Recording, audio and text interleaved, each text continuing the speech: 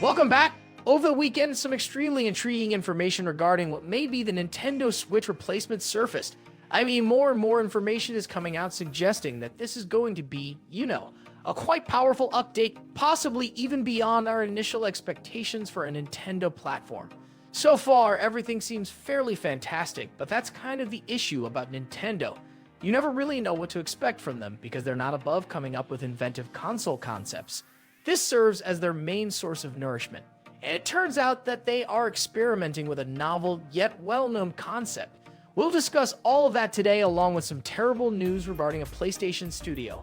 There seems to be a lot going on at Sony these days behind the scenes. We'll get into all of that as well, but it's just a horrible circumstance. However, before we begin, please be sure you ring the bell and hit the subscribe button. In this manner, your device will receive new videos directly from me as I upload them. Since I upload these movies every Monday through Friday, it's a little bit easier to stay current.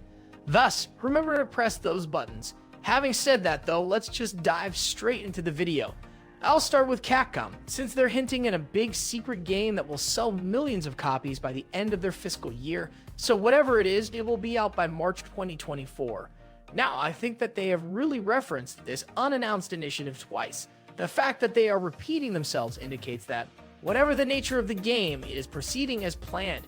It will be available by March 2024. What exactly is it and when will it be announced are the most important questions here. Looking at Capcom's IP, it would be simple to assume that the next Monster Hunter title at the Game of WS is what this is all about. It's really the only franchise that meets their criteria of a game that can sell millions of copies in that short amount of time, so that would be the ideal location to make such an announcement. Resident Evil is perhaps the only one of their other series that really sticks out as having that kind of selling potential. However, I don't think the upcoming Resident Evil is quite ready yet. Furthermore, the Capcom League from a few years ago can be used as a point of comparison. Back in 2020, Monster Hunt 6 was included on that list. It was scheduled for release in the third quarter of 2023, right after the remakes of Resident Evil 4 and Street Fighter 6. Even if circumstances might have altered since then, this does seem to be a very real possibility for a Monster Hunter 6 announcement. However, it can be something completely else. And speaking of the Capcom League, who knows? At the time, they were also working on a new Onimusha game. That also might be the case. For now though, we'll simply have to wait and see, but it appears that the Game Awards are the place to be. And now for the really strange part. This past weekend, Microsoft allegedly raised the Xbox Series S's price significantly in Brazil. The Xbox Series S was shooting up from about $2,500 all the way up to $3,600 Brazilian real, which converts to more over $700 US according to The Enemy, who broke the story first. It's absurd to consider that this now places its price in Brazil closer to that of the PlayStation 5 Digital. Yes, those consoles are fairly pricey. Although not particularly novel, the £5 Digital is a more potent console than the Xbox Series S, and the two cannot truly compete on price. The primary selling point of the Series S has always been its affordability. In fact, if that were to change, it would be questionable why the product is even being offered at all. As a result, although this was an extremely strange circumstance, Microsoft has already returned the price to what it was initially for customers. As you can see, it has returned to approximately 2,600 Brazilian real on their website. Perhaps this was just a mistake that needed to be fixed, or perhaps it was the result of the criticism they received over the weekend.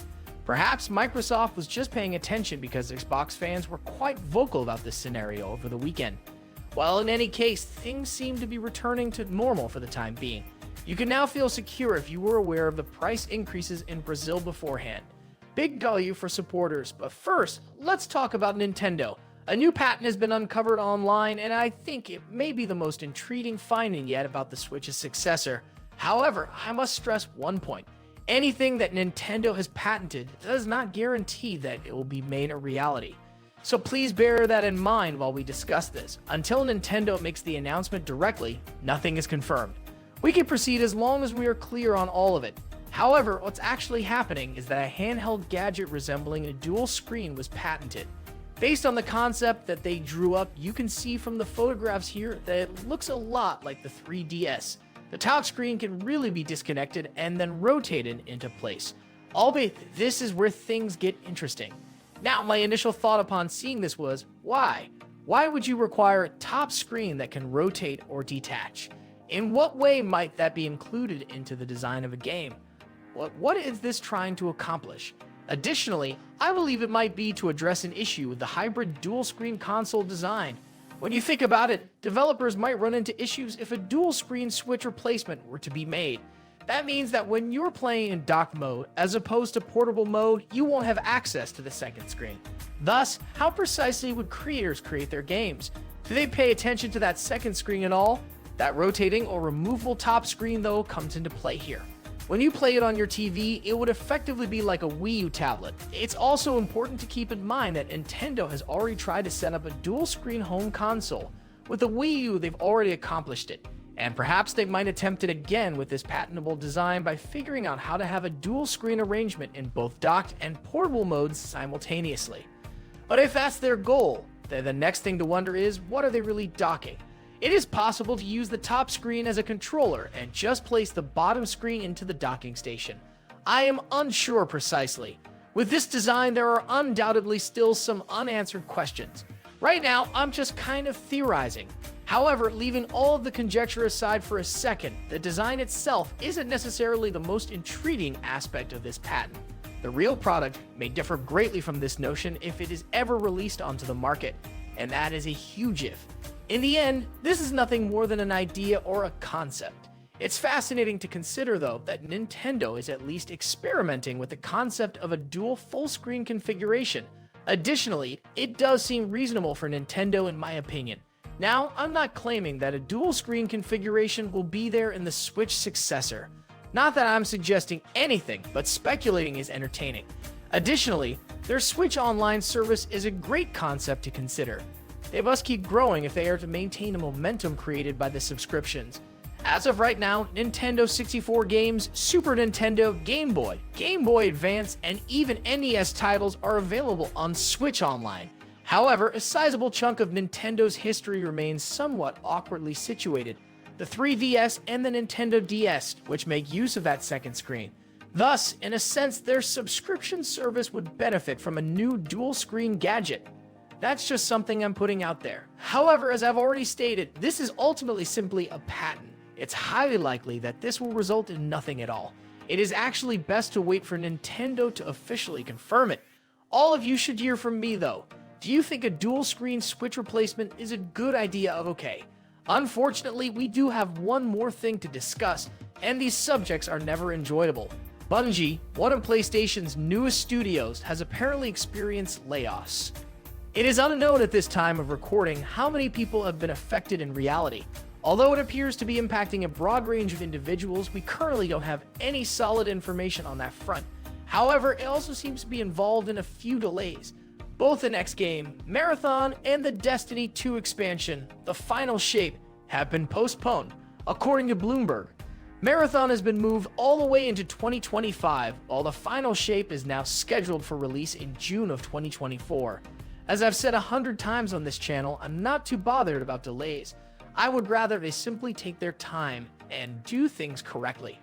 As a studio, that is the ideal approach to adopt. What's worrying about this situation is that there are also layoffs. It is never something you want to witness, job losses. This story also has another element to it. Bungie was recently acquired by Sony as part of their push for live services. In order to mentor and assist their other PlayStation studios with their live service games, they were acquired as the lead. And now, even a year later, Bungie is experiencing job losses. By now, a few individuals have started to wonder just what precisely is happening at PlayStation behind the scenes. The way Sony is approaching live services may raise internal issues according to several allegations that have surfaced recently. Perhaps we could connect that to this as well. In addition, their operational income, which is quite little in relation to their revenue, has drawn some criticism in my opinion. Here though, one thing is clear. All in all, this is just another depressing scenario that we will see time and time again in 2023. Layoffs have affected a large number of game studios in the industry this year. The fact that all of this is taking place during what is, in my opinion, a truly amazing year for gaming only serves to heighten how depressing this scenario is. But my heart really goes out to those of you who are affected, and I wish for a speedy recovery for you. Still, let's head over and look at today's poll. We polled everyone to find out which new game you were most anticipating to come out in November 2023. It should come as no surprise that Call of Duty Modern Warfare 3 is among the most played games year after year. This year it is anticipated to be a tremendous hit once more. Perhaps this is also the reason why all these other publishers chose not to release their games in the same month. Every other publisher, for whatever reason, desired to have their games released in October. Yes, this month was very busy. However, November still appears to be a good month. Of course, there is Call of Duty, which seems to be a really popular game every year.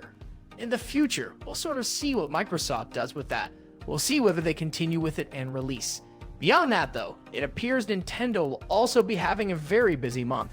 Mario RPG and WarioWare are on the horizon, and that's the one I'm most excited about personally.